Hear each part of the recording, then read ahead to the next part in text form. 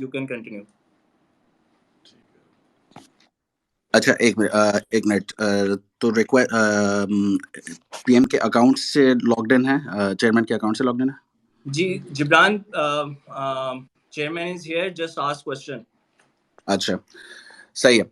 اچھا سب سے پہلے چیئرمین عمران خان صاحب ایک بات ضرور کرنا چاہوں گا کہ آپ نے ایک آخری دن جب آپ پی ایم تھے تو آپ نے کہا تھا کہ کوئی رہ تو نہیں گیا کہ جو میرے مخالف نہیں ہوں, اور اس کا پاکستان نے جو رسپانس دیا ہے, ایک وہ سنڈے والے دن پروٹیسٹ اور پھر ریکڈ پہ ریکڈ بنے جا رہے ہیں سوشل میڈیا پہ, تو میں آپ کو سچ میں کہہ رہا ہوں کہ ہماری فیملی میں کوئی نہیں رہ گیا جنہوں نے ہمیں نہیں کہا.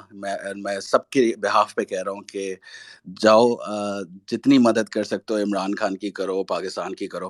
تو یہ جو فینومینا ہے اس کے بارے میں کیا کہیں گے خان صاحب, اوور ٹو یو. دیکھیے جبران, میری جو اب 26 سال کی سٹرگل ہے, وہ سٹرگل ایک کرپٹ مافیا کے خلاف تھی, اور وہ جو کرپٹ مافیا تھا وہ 2 پارٹی فیملی پارٹیز, اور پھر ان کے ساتھ افیلیٹ ہو گئے لوگ جو کہ سب ایک کرپٹ سسٹم کے سے فائدہ اٹھا رہے تھے, بینیفیشریز تھے کرپٹ سسٹم کے. تو میں نے تو جب پہلے دن, آپ کو پتہ نہیں, میں نے جو پہلے خطاب کیا قوم سے, تو میں نے پہلی چیز یہ کہی کہ یہ سارے اکٹھے ہو جائیں گے اور یہ سارے جمہوریت کے نام پہ میرے خلاف کیمپین کریں گے. یہ میں نے پہلے دن اپنے خطاب سے کہا تھا, کیونکہ دیکھیے ایک میں آپ کو ذرا ایک اصول بتاتا ہوں کہ اگر ایک ملٹی نیشنل کے اندر بھی اگر آپ نے چینج لے کے آنا ہے,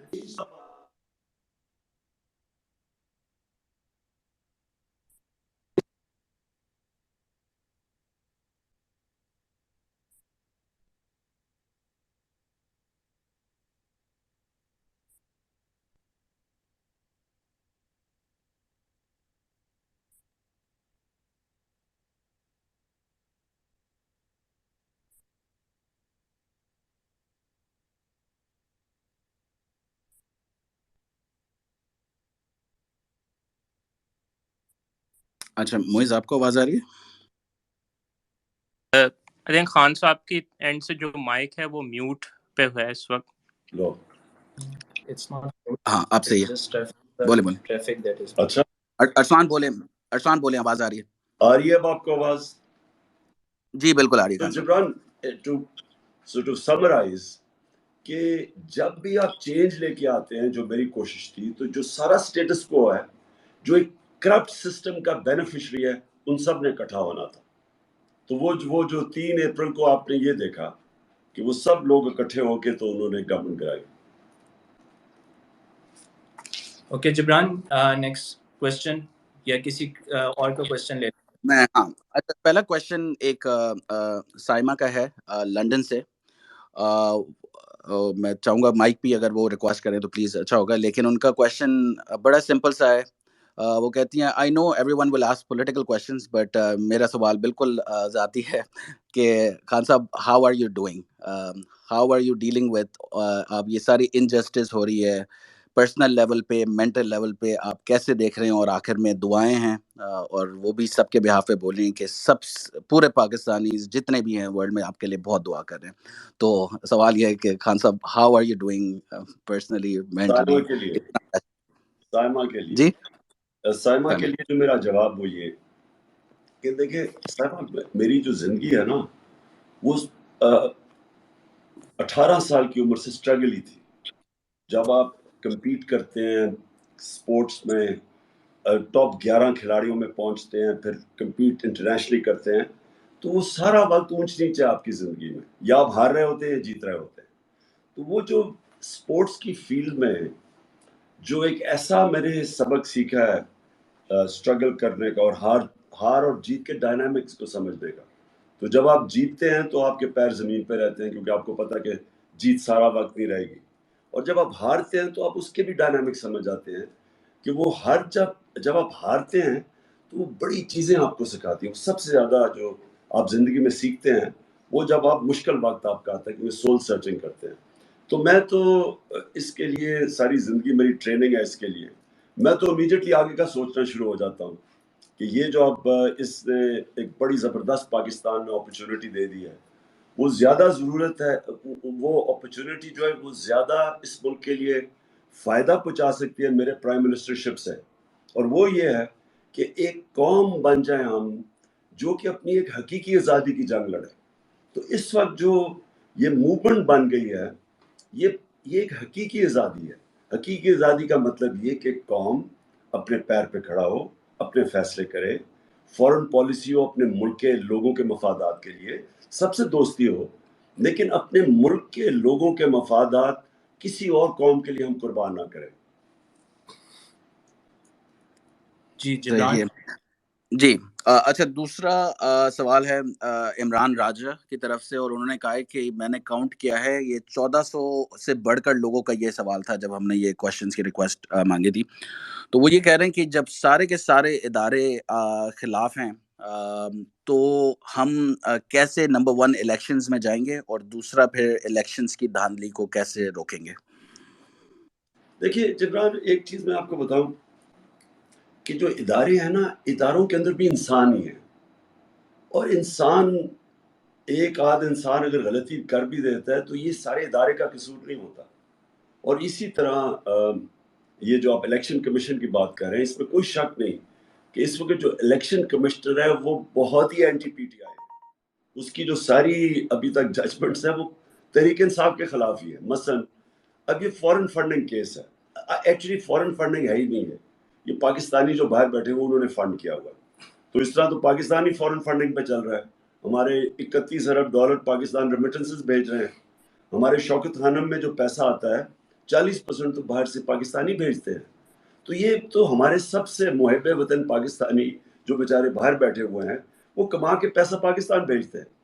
لیکن یہ اصل کیس ہے فنڈنگ کا، اور میں آج آپ سب کے سامنے یہ چیلنج کرتا ہوں کہ جس وقت بھی یہ تینوں پارٹیز کے، بلکہ ساری پارٹیز بھی ملا لیں لیکن 3 main parties P T I, People's Party اور پی ایم ایل این، جب بھی ہماری فنڈنگ کی اکٹھے تحقیقات ہوگی تو ایک ہی پارٹی ہے جس کی پراپر پولیٹیکل فنڈ ریزنگ ہے، وہ ہے تحریک انصاف، جس کا پراپر ڈیٹا ہے.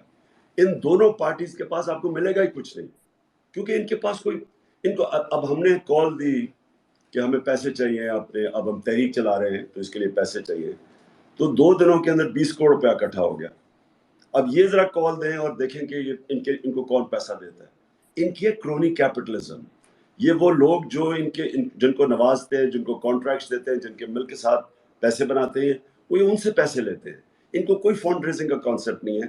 تو صرف اب یہ الیکشن کمیشن کو دیکھیں کہ ہم بار بار کہہ رہے ہیں، ہم کہہ رہے ہیں ہاں ہمارا کیس رکھو سامنے، لیکن ان سب کا بھی ذرا موازنہ تو کرو، کیونکہ ابھی تک ان کے کیسز کر نہیں رہے اور ایک ہی پارٹی کو کٹہرے میں کھڑا کیا ہوا.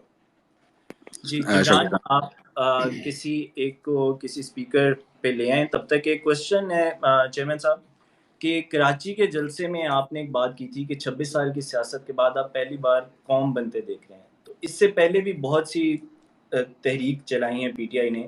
سو کیا وہ ڈفرینس ہے جو آپ دیکھ رہے ہیں اس دفعہ اور باقی اس سے پچھلے؟ دیکھیے جو 26 سال میں نے پولیٹکس کی، اور خاص طور پہ جو 22 سال کی، تو وہ تو ایک پارٹی اپنا مینیفیسٹو رکھتی ہے عوام کے سامنے اور پھر وہ پاور میں آتی ہے.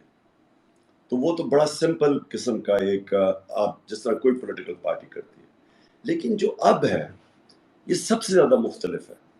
یہ پہلی دفعہ پاکستان میں ایک ساری قوم کے اندر ایک فیلنگ گئی کہ ایک باہر سے سازش ہوئی اور اس سازش نے پاکستان میں رجیم چینج کیا، اور اندر جو بیٹھے ہوئے تھے، اور باہر کی سازش کبھی کامیاب نہیں ہوتی جب تک کہ اندر آپ کے غدار نہ بیٹھے ہوں، میر جعفر نہ بیٹھے ہوں، جو اپنی ذاتی مفادات کے لیے ملک کے انٹرسٹ کو کمپرومائز کرتے ہیں، جو قوموں کو غلام بناتے ہیں. جو میں اس لیے میر جعفر کی اس لیے مثال دیتا ہوں کہ اس نے انگریزوں کے ساتھ مل کے اپنی قوم کو غلام بنا دیا.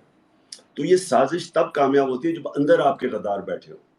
تو یہ جو ہوا ہے، اور پھر وہ لوگوں کو ملک کے اوپر مسلط کر دیا ہے جو ملک کے کرپٹ ترین لوگ ہیں، آدھے ضمانت کے اوپر ہیں، ان کے اوپر کیسز ہیں، اور کیسز اربوں روپے کے کیسز ہیں، اور 30 سال سے پاور میں تھے، جس کی وجہ سے آج ملک مقروض ہے. انہوں نے ملک کو یہاں تک پہنچایا، اور اب یہ آ کے کہہ رہے ہیں کہ جناب ہم پھر سے واپس آ رہے ہیں اور تحریک انصاف کو کہہ رہے ہیں کہ جی بڑے برے حالات تھے. تحریک انصاف نے تو جب ملک چھوڑا تھا record exports, record remittances, record revenue اور ٹیکس کلیکشن, 5 فصلوں کی ریکارڈ ہارویسٹ, آئی ٹی کی ریکارڈ ایکسپورٹس, اور سب سے بڑی بات یہ کہ انڈسٹریلائزیشن شروع ہو گئی پاکستان میں, انڈسٹریل گروتھ شروع ہو گئی 8.6% جس میں, اور روزگار کا یہ ہے کہ سارے برے صغیر میں سب سے کم بے روزگاری پاکستان میں. یہ فیکٹس میں آپ کو دے رہا ہوں. تو اس گورنمنٹ کو گرانا ایک سازش کے تحت اور وہ لوگوں کو اوپر مسلط کر دینا جو اس ملک کے 30 سال سے کرپشن کے کیسز, کرپٹ ترین لوگ, اس لیے قوم آج موبلائز ہے. اس لیے آج قوم ایک نئی تحریک میں نکل پڑی ہے اور وہ ہے حقیقی آزادی کے لیے. اور اس لیے میں سمجھتا ہوں کہ یہ بالکل مختلف ہے, اور یہ جو پبلک آپ رسپانس دیکھ رہے ہیں یہ بالکل میری 26 سال کی سیاست میں نے کبھی اس طرح کی ایک نیشنل موومنٹ نہیں دیکھی. بالکل بالکل. مس نورین ہے. ہاں مس نورین, آپ پوچھ سکتے ہیں سوال. السلام علیکم prime minister, because you are still our prime minister. پہلی بات تھینک یو سو مچ کہ آپ نے اسلاموفوبیا اور حضور صلی اللہ علیہ وسلم کے بارے میں آپ نے انٹرنیشنل فورم پہ یہ بات اٹھائی. صرف اسی وجہ سے اگر اور ساری چیزوں کا نظر انداز کر دیں, میں تا عمر آپ کے ساتھ اسی وجہ سے رہوں گی. میرا کوشچن یہ ہے کہ انشاءاللہ جب آپ جیت کے واپس آئیں گے تو آپ کی پرائیورٹیز کیا ہوں گی, اور سیکنڈلی میں لندن میں ہوتی ہوں, آپ کا کوئی میسج ہم اوورسیز پاکستانیز کے لیے. Thank you sir. دیکھیے اسلاموفوبیا کا مجھے باقیوں سے اس لیے زیادہ سمجھ ہے کیونکہ میرا بڑا انٹریکشن اوورسیز پاکستانی سے, اور میں کیونکہ بڑا میرا ٹائم بھی گزرا برطانیہ کے اندر, لنڈن میں پروفیشنل کرکٹ کھیلتا تھا, تو میں ان سوسائٹیز کو جانتا بڑی اچھی طرح. اور یہ مجھے پتا تھا کہ جو ہمارے مسلمان رہتے ہیں مغربی سوسائٹیز میں, 9/11 کے بعد ایک بہت بڑا ویو شروع ہوا اسلاموفوبیا کا. اور میں نے اس وقت فیصلہ کیا کہ مجھے کبھی بھی اللہ نے موقع دیا تو میں انٹرنیشنل فورمز, یونائٹڈ نیشنز میں, OIC میں, یورپین یونین کے سامنے اس ایشو کو اٹھاؤں گا, کیونکہ وہاں مسلمانوں کو بڑی مشکلات کا سامنا کرنا پڑتا ہے یہ اسلاموفوبیا کی وجہ سے.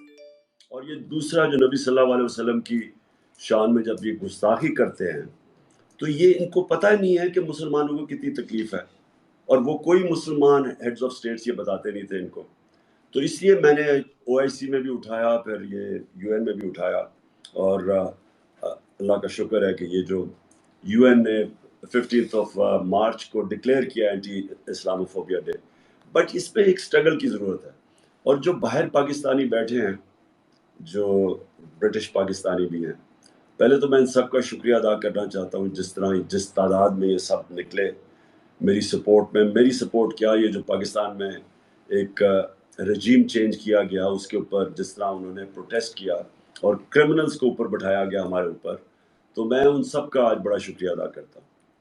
سر ایک کویشچن ہے اور بار بار آ رہا ہے, وہ کویشچن یہ ہے کہ اگر نواز شریف اعلان کرتے ہیں, کیونکہ اب ان کے بھائی کی گورنمنٹ ہے, اگر وہ پاکستان آنے کا اعلان کرتے ہیں تو ہم PTI کا کیا لاہے عمل ہوگا؟ اور آپ سمجھتے ہیں کہ اگر گیون دا سرکمسٹانسز اگر دوبارہ موقع ملتا ہے یا اس طرح, تو اس طرح سے نواز شریف کو جانے دینا چاہیے تھا؟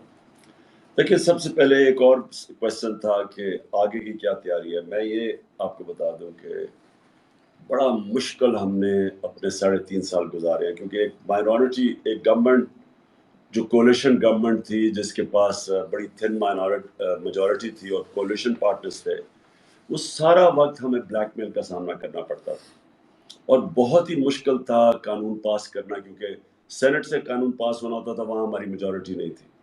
تو ایک سارا وقت ایک بڑی کمپرومائز کر کے اور مشکل وقت سے یہ گورنمنٹ چلی ہے. تو یہ جو اگلی باری ہوگی, میں انشاءاللہ پہلے تو اپنی عوام کو اس چیز پہ تیار کروں گا کہ اگر آپ نے لے کے آنا ہے اگلی باری تو ایک میجورٹی سے لے کے آئے, کلیئر میجورٹی, تاکہ ہم بلیک میل نہ ہوں, تاکہ ہم ایک طاقتور گورنمنٹ ہو, تاکہ وہ ہم قانون اور ریفارمز لا سکیں جو ہمارے لیے بڑا مشکل تھا اس باری. اور ہم نے بڑے سبق سیکھے, اس سے بڑی ٹیم کا بھی پتہ چل گیا, اور اور انشاءاللہ جو ہم نے ٹکٹس دیے ہم نے ریئلائز کیا کہ ہم نے غلط ٹکٹس دیے تھے لاسٹ ٹائم، تو اس بار ہم خود ہمارے پاس ٹائم بھی ہوگا ابھی صحیح، ہم ٹکٹس جو ہم نے اب دینے اپنے لوگوں کو بڑا سوچ سمجھ کے ٹکٹس دیں گے، کیونکہ ہمیں یہ جو بلیک میل کیا گیا اور پھر جس طرح انہوں نے غداری کی ہمارے ساتھ۔ آپ نے جو ابھی جو آپ کا کوشچن تھا کہ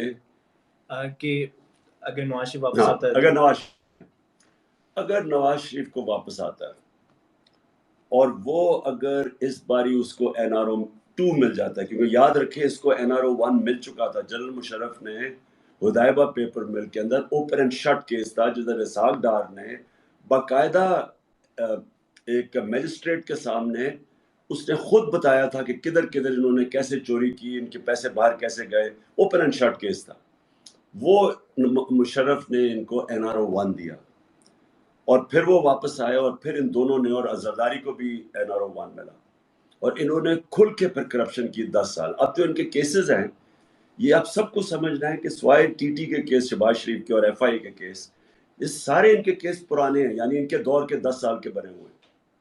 تو اگر اب آ کے ان کو NRO 2 ملتا ہے، یہ یاد رکھیں کہ پاکستان کا جو سارا انصاف کا سسٹم ہے اس سب کو ٹوٹلی ڈسکریڈٹ کر دیں گے، کوئی بھی پاکستانی مانے گا نہیں پاکستان کے جسٹس سسٹم میں، کیونکہ اس کا مطلب یہ ہے کہ طاقتور ہے تو آپ جو مرضی کرو، صرف چھوٹے چور جیل میں ڈالیں گے، اور یہ اتنا ڈینجرس ہے ملک کے لیے۔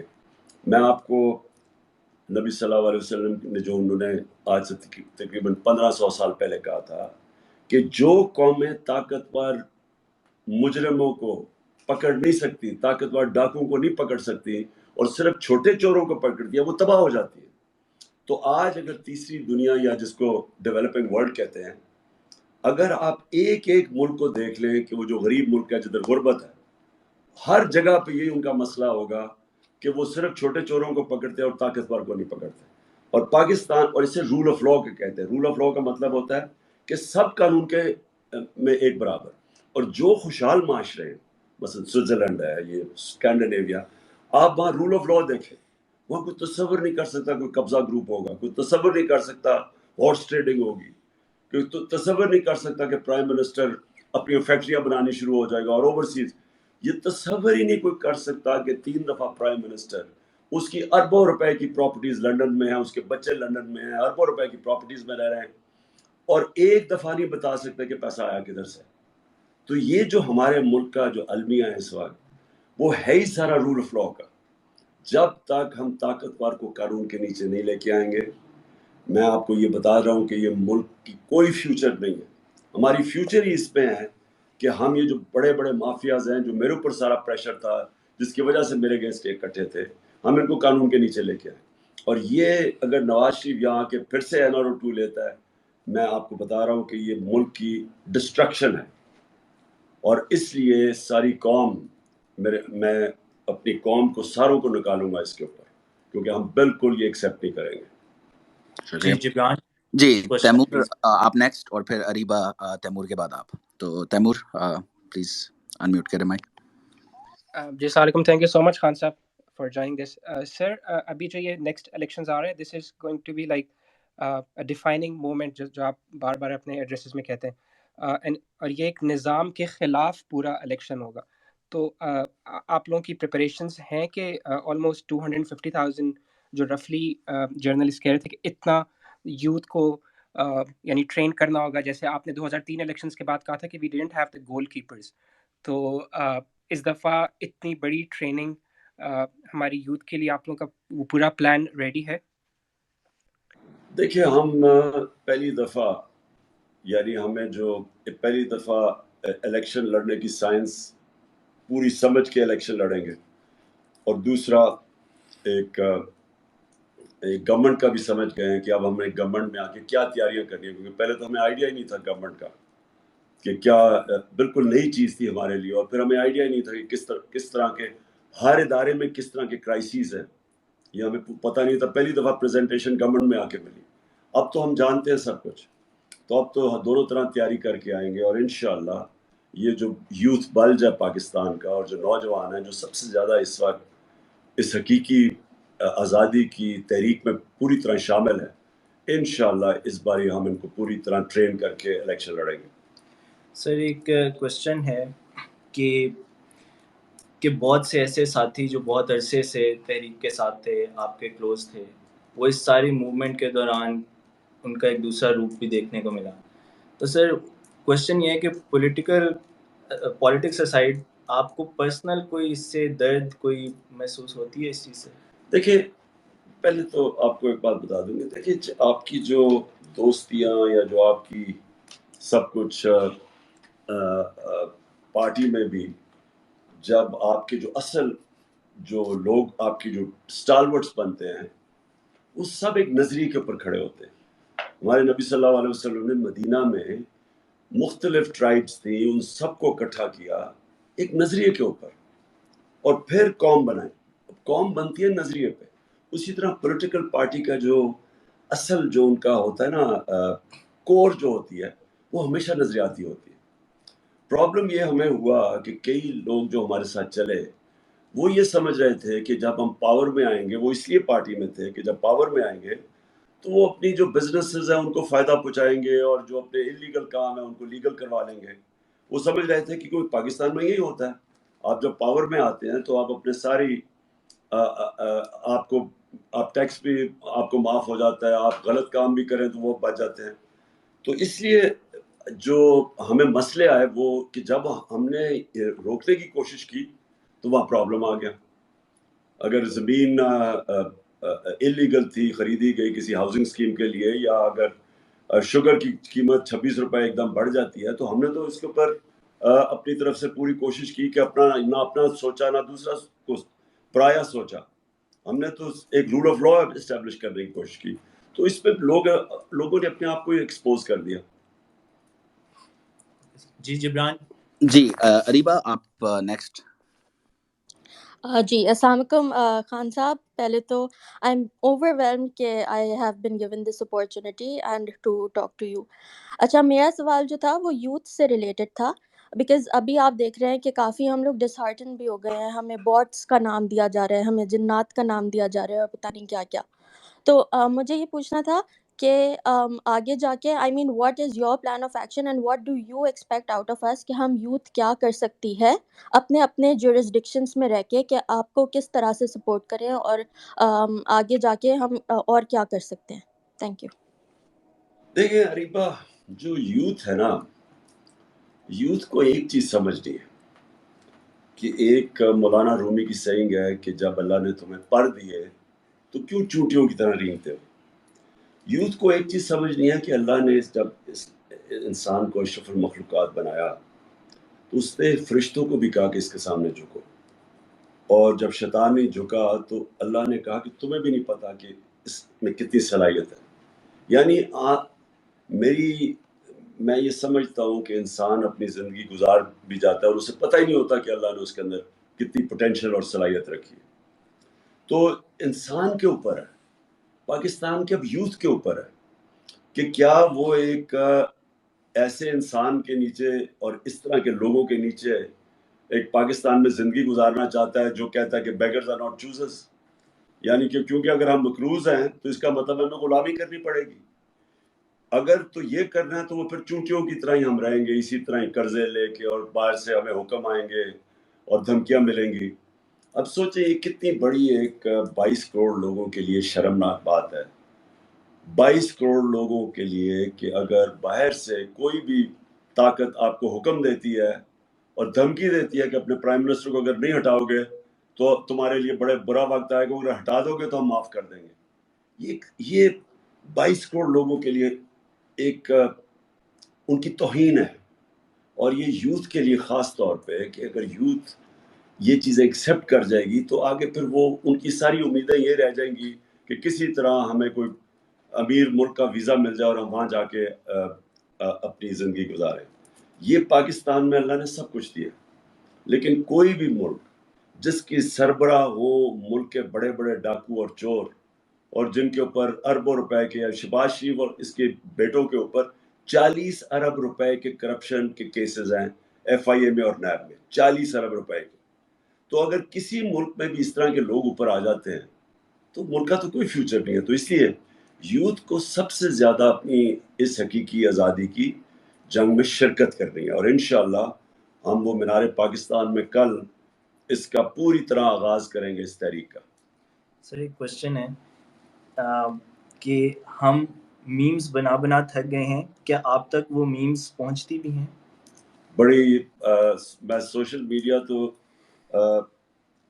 ایسا ہو گیا ہے کہ ہم اب ٹی وی نہیں دیکھتے، ہم تو سارا وقت سوشل میڈیا پہ اتنی زبردست چیزیں آ رہی ہوتی ہیں کہ سارا وقت ہم سوشل میڈیا پہ، بلکہ میں نے تو اخبار بھی نہیں آج کل پڑھنے کا مجھے موقع ملتا سوشل میڈیا کے اوپر جس طرح کی چیزیں۔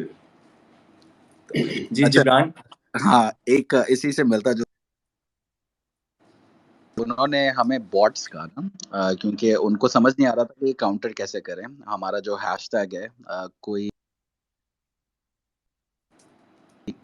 80 ملین کے جبران آپ کی قریب تھوڑی پہنچ گیا، آواز 8 کروڑ ٹویٹس۔ تو یہ اچھا میں پوچھ رہا ہوں کہ یہ ہم باٹس کہہ رہے ہیں، باٹس۔ تو اس کا آپ نے پریس کانفرنس ان کی دیکھی تھی؟ کافی لوگ پوچھ رہے ہیں کہ آپ کو یہ ہیومرس لگتی ہیں چیزیں، کہ یہ ہنسی آتی ہے ایسی چیزوں پہ جب وہ P M L press conference ایک ہیش ٹیگ پہ کر دیتی ہے؟ پی ایم ایل کی پریس کانفرنس جو ہے نا، وہ ایک کامیڈی شو ہوتی ہے، اس کو کوئی سیریسلی لے نہیں سکتا، کیونکہ جس طرح پہلے یہ کہتے رہے کہ جناب دیکھیں اسٹیبلشمنٹ کے اوپر اور یہ سلیکٹڈ پرائم منسٹر ہے، اب خود جس طرح اب آئے ہیں، جس طرح باہر سے سازش کے تحت اور اتنی بے شرمی سے جو باہر کی سازش ہوئی ہے، آپ سوچیں کہ وہ جو مراسلہ تھا، وہ جو سائبر تھا، ہم بار بار ان کو شہباز شریف کو اور یہ زرداری کو کہتے رہے کہ آگے دیکھیں، کیونکہ زیادہ تر یہ لوگوں کو نہیں پتا، یہ نون لیگ اور پیپلز پارٹی کے لوگوں کو نہیں پتا کہ ایکچولی امریکہ نے بلیک اینڈ وائٹ میں انہوں نے دھمکی دی کہ اپنے پرائم منسٹر کو ہٹاؤ، تو ہم وہ ان کو ہیڈز کو کہا کہ آپ آگے دیکھیں، تو انہوں نے نہیں دیکھا جان کے، کیونکہ ان کو پتا تھا۔ لیکن زیادہ تر ان کے لوگوں کو نہیں آئیڈیا کہ یہ رجیم چینج باہر سے ہوئی ہے، یہ بیرونی سازش تھی۔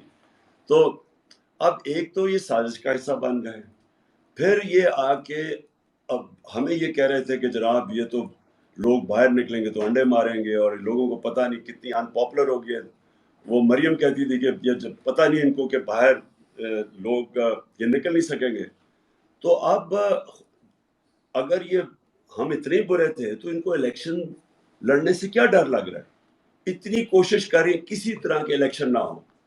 تو اگر یہ ڈیموکریٹک لوگ ہیں جو یہ سارا وقت کہتے رہے کہ ہم تو ڈیموکریٹک نہیں تھے، یہ تھے، آج یہ کیوں چھپ رہے ہیں؟ یہ اس سازش کے پیچھے اپنی گورنمنٹ اور یہ جو انہوں نے جس طرح کے لوگوں کو اکٹھا کیا ہوا ہے، مجرموں کی حکومت، اور یہ دونوں یاد رکھیں کہ یہ وہی شہباز شریف تھا جو کہتا تھا زرداری کا پیٹ پھاڑ کے پیسہ نکالوں گا، اور زرداری کہتا تھا کہ شہباز شریفوں سے کرپٹ لوگ کوئی نہیں ہے۔ یہ دونوں ایک اب یہ سارے اکٹھے کیبنٹ میں بیٹھ کے، تو ان کے لیے بڑا مشکل ہے، اس لیے یہ ان کی پریس کانفرنسز ہو جاتی ہیں، کبھی کوئی الزام لگا دیتے ہیں، کوئی کچھ کر دیتے ہیں۔ اچھا سر ایک کوشچن ہے جبران، ایک کوشچن ہے اور وہ بار بار پنگ کر رہے ہیں کہ میرا لازمی کریں۔ Sir you can choose to ignore it. Question یہ ہے کہ 36 میں سے 24 وزیر جو ہیں وہ بیل پہ رہا ہیں، تو کیا آپ کو لگتا ہے کہ یہ اس وجہ سے ہے کیونکہ عدالتیں 24 گھنٹے کام کر رہی ہیں؟ دیکھیے یہ بڑا امپورٹنٹ ہے، میں اپنی ساری قوم کے سامنے کہنا چاہتا ہوں۔ دیکھیے ایک تو جو فوج کا ادارہ ہے، کبھی اس کے خلاف بات نہ کریں، کیونکہ فوج ایک ایسی چیز ہے جو اگر ہماری فوج نہ ہوتی تو یہ ملک میں نہیں رہنا تھا۔ عمران خان سے زیادہ اس ملک کو ضرورت پاکستانی فوج کی ہے، اور ہمیں ہمیشہ اس ادارے کو اس کی مضبوطی کے لیے ہمیں بات کرنی چاہیے۔ اور ہمارے جو دشمن ہیں وہ مسلسل اس کو اٹیک کرتے ہیں، بلکہ یہ دونوں جو prime minister, ex prime minister اور پریزیڈنٹ، وہ زرداری اور نواز شریف، ان دونوں نے اپنی فوج کو انڈرمائن کرنے کی کوشش کی ہے۔ یہ جب گورنمنٹ میں بھی تھے انہوں نے انڈرمائن کیا اس کو، انہوں نے گورنمنٹ میں رہتے ہوئے وہ ڈان لیگز کیا تھی، ڈان لیگز وہ ہندوستان کے ساتھ کہہ رہے تھے کہ جی ہماری فوج کی وجہ سے ہم دوستی نہیں ہو رہی، اور جو میمو گیٹ تھا وہ کیا تھا، وہ امریکنوں کو کہہ رہا تھا زرداری اپنے حسین اقانی کے ذریعے کہ اس کو زرداری کو اپنی فوج سے بچائیں۔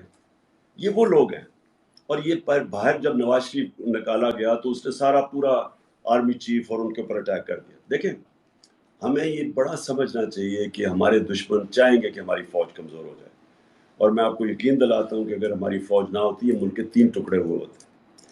جو دوسری ہے ہماری عدلیہ. میں عدلیہ کی آزاد عدلیہ کے لیے جیل میں گیا تھا.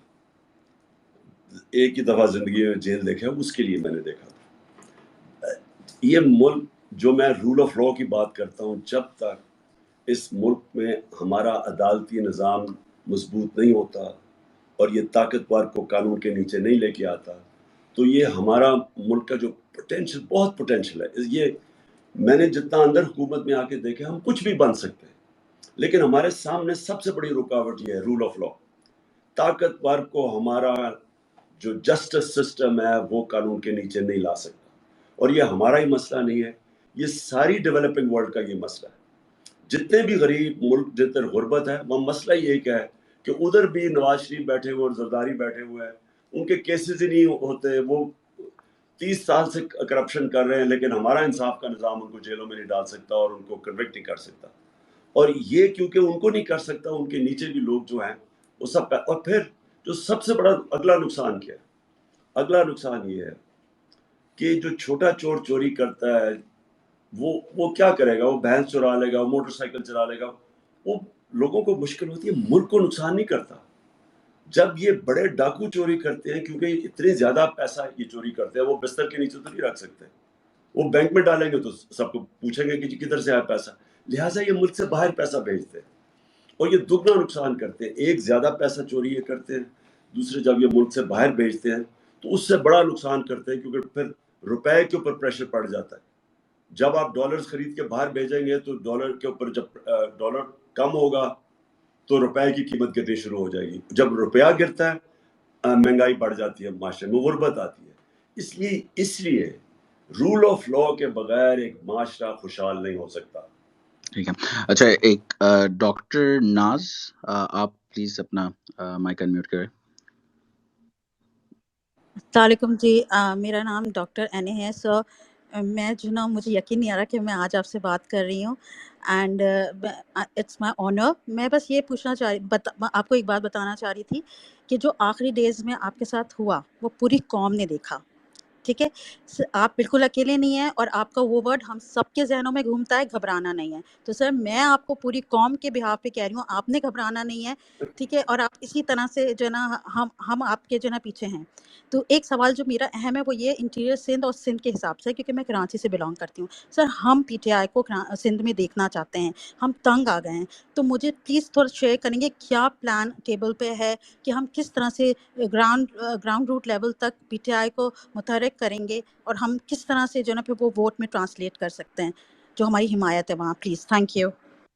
دیکھیے ڈاکٹر ناز, جو سندھ ہے اور خاص طور پہ انٹیریئر سندھ میں وہ حالات ہیں جو کہ ایک وقت کراچی میں ایم کیو ایم کی جب خوف تھا لوگوں کا, وہ اب انٹیریئر سندھ میں ہے. یہ جو زرداری مافیا ہے وہاں, یہ اتنے لوگ ڈرتے ہیں ان سے, پولیس کو یہ استعمال کرتے ہیں, جھوٹے کیسز یہ بناتے ہیں, لوگوں کو انہوں نے بالکل غلام بنایا ہوا ہے. لوگ ان سے اتنا خوف زدہ ہیں کہ کوئی ان کے سامنے کھڑا نہیں ہوتا, اور یہ پھر ہر قسم کا حربہ استعمال کرتے ہیں. اور اس لیے یہ انہوں نے اس کے باوجود کہ سب سے زیادہ پاکستان میں کرپشن ہے, سندھ میں سب سے زیادہ وہاں انڈر ڈیولپمنٹ ہے, غربت زیادہ انٹیریئر سندھ میں ہے, لیکن وہ لوگ ان سے اتنا خوف زدہ ہیں کہ کوئی کھڑا نہیں ہوتا. تو میں انشاءاللہ اس باری جب الیکشن ہے, میں نے پورا ارادہ کیا ہوا کہ انٹیریئر سندھ کی میں کیمپین کروں گا, اور میں ان کے جتنی زیادہ آزادی یا حقیقی آزادی کی انٹیریئر سندھ میں ضرورت ہے شاید باقی پاکستان میں نہیں. تو انشاءاللہ میں پوری کیمپین کروں گا اس بارے آگے. سر ایک کوشچن یہ ہے, جبران آپ اگلا اسپیکر لیں, میں تب تک کوشچن کر رہا ہوں. جی بالکل. کہ ابھی جو ایک ریلیشن بنا ہے امپورٹڈ گورنمنٹ کا, اس میں ایک بہت زیادہ ڈائنیسٹک روپ آیا ہے, ڈائنیسٹک پارٹیز ہیں, اور اس پہ ایک بہت زیادہ عوام کا ریئیکشن آیا ہے. سو دا کوشچن از کہ ان پارٹیز کے اندر جو کہ اتنی بڑی پارٹیز ہیں, ان میں سے اس چیز کے خلاف ریئیکشن کیوں نہیں آتا, کہ کیا وجہ ہے کہ شریف جو ہے وہ پی ایم بنے گا تو دوسرا شریف جو ہے وہ سی ایم بنے گا, چاہے کیسز ہوں چاہے کچھ ہو. تو ان کوشچن از کہ ان پارٹیز, آپ کا کیا خیال ہے ان پارٹیز سے کیوں نہیں ریئیکشن آتا؟ دیکھیں, سب سے پہلے تو یہ دونوں پارٹیز بڑی پارٹیز نہیں اب رہ گئی, یہ بڑی پارٹیز تھیں. پیپلز پارٹی سب سے بڑی پارٹی تھی پاکستان میں, وہ ایک نیشنل پارٹی تھی. یہ اب صرف انٹیریئر سندھ کی پارٹی رہ گئی. اور جو نون لیگ تھی وہ بھی ایک وقت پہ اس نے سارا جو رائٹسٹ ووٹ تھا وہ کھینچ کے وہ اس نے ایک دفعہ 2/3 اکثریت لی تھی. وہ بھی اب سینٹرل پنجاب کی پارٹی رہ گئی. اور اس کی سب سے بڑی وجہ یہ ہے کہ یہ فیملی پارٹیز ہیں. اور ایک تو پبلک کے اندر وہ لوگ سوچتے ہیں کہ سوائے ان کے خاندان کے ان کو اور کوئی نظر ہی نہیں آتا. یہ بالکل میریٹوکریسی کے خلاف ہے. دیکھیں ڈیموکریسی کیوں چھوڑ گئی تھی بادشاہت کو پیچھے, کیونکہ ڈیموکریسی میں 2 چیزیں تھیں جو بادشاہت میں نہیں تھی. ایک رول آف لا کہ سب قانون کے نیچے ہیں, اور دوسری میریٹوکریسی کہ جو بھی اوپر پرفارم کرتا ہے وہ اوپر آ سکتا ہے. یہ بالکل ہی نگیشن ہے ڈیموکریسی. نہ ان کے اندر کوئی رول آف لا ہے, یہ سارے ان کے اوپر کرپشن کے کیسز ہیں 30 سال سے, اور یہ اوپر بیٹھے ہوئے ہیں. اور دوسرا کوئی میرٹ نہیں ہے. اب وہ ان کے جو بچے ہیں مثلا مریم ہے یا وہ ہے حمزہ ہے یا وہ جو بلاول ہے, انہوں نے زندگی میں کوئی کام ہی نہیں کیا. ان کے کوئی کریڈینشلز ہی نہیں ہیں وہاں بیٹھنے کے. اور یہ وہ لوگ ہیں جو پریولیجڈ ہیں, یہ بادشاہوں کی طرح شہزادوں کی طرح رہے ہوئے. ان کو عام آدمی کا بھی سمجھ نہیں ہے. ان کی کوئی ٹریننگ بھی نہیں ہے. بادشاہ بھی تھا تو ان کے پرنسس کی بڑی ٹریننگ ہوتی تھی. ان کی کوئی ٹریننگ نہیں ہے, لیکن پریولیجڈ لوگ ہیں. اور سب سے ان کی جو پارٹیز جو کیوں سکڑ کے چھوٹی سی پارٹیز رہ گئی ہیں, کیونکہ ان کے نیچے لوگ جو ہیں وہ درباری بن گئے. ان کے وہ ان کو کویسچن ہی نہیں کر سکتے, کیونکہ جس طرح بادشاہ کے کورٹ میں درباری ہوتے ہیں, درباری بن چکے ہیں. ان کے اندر کوئی بھی سیلف رسپیکٹ نہیں ہے. ان کے جو درباری ہیں کہ یہ ان میں سے بڑے قابل لوگ ہیں, لیکن وہ ان کے پیچھے مریم کے پیچھے ہاتھ باندھ کے کھڑے ہوتے ہیں یا بلاول کے پیچھے. تو اس لیے یہ جو ان کی پارٹیز ہیں یہ بڑھ نہیں رہی ہیں, کم ہو گئی ہیں. تحریک انصاف کیوں ایک اب واحد پاکستان کی فیڈرل پارٹی رہ گئی ہے؟ کیونکہ تحریک انصاف میں کوئی فیملی نہیں ہے, عمران خان کے رشتہ دار نہیں ہے, یا میریٹوکریسی ہے, مراد سعید جیسا آدمی اوپر آ سکتا ہے, علی محمد آ سکتا ہے, جو بھی ہماری جو پرفارم کرتا ہے اوپر آ سکتا ہے. اس لیے یہ مقابلہ نہیں کر سکتے ہمارا. جی جبران. ایک کویشچن کافی لوگوں نے پوچھا ہے کہ دیکھیں 99% یا 95% میڈیا آپ کے خلاف ہے خان صاحب, اور جو رہ گئے ہیں یہ جو 5% ان کے بارے میں آپ کیا کہنا چاہیں گے؟ کیونکہ لوگوں کو بڑا غصہ ہے میڈیا پہ بھی کافی, تو آپ ان کے بارے میں کیا کہیں گے جو حق کی بات کرتے ہیں, جو فیئر بات کرتے ہیں اور پریشر میں نہیں آتے؟ جی جبران, دیکھیں ہمارے 3.5 سال میں ہم سنتے رہے کہ جی میڈیا کے اوپر بڑی سختی کر رہے ہیں, اور ہم پتہ نہیں میڈیا کے اوپر کیا ظلم کر رہے ہیں. آج آپ اٹھا کے دیکھیں کہ سب سے فری میڈیا ہمارے دور میں تھا. کبھی ہم نے کبھی گورنمنٹ کی اتنی زیادہ کھلی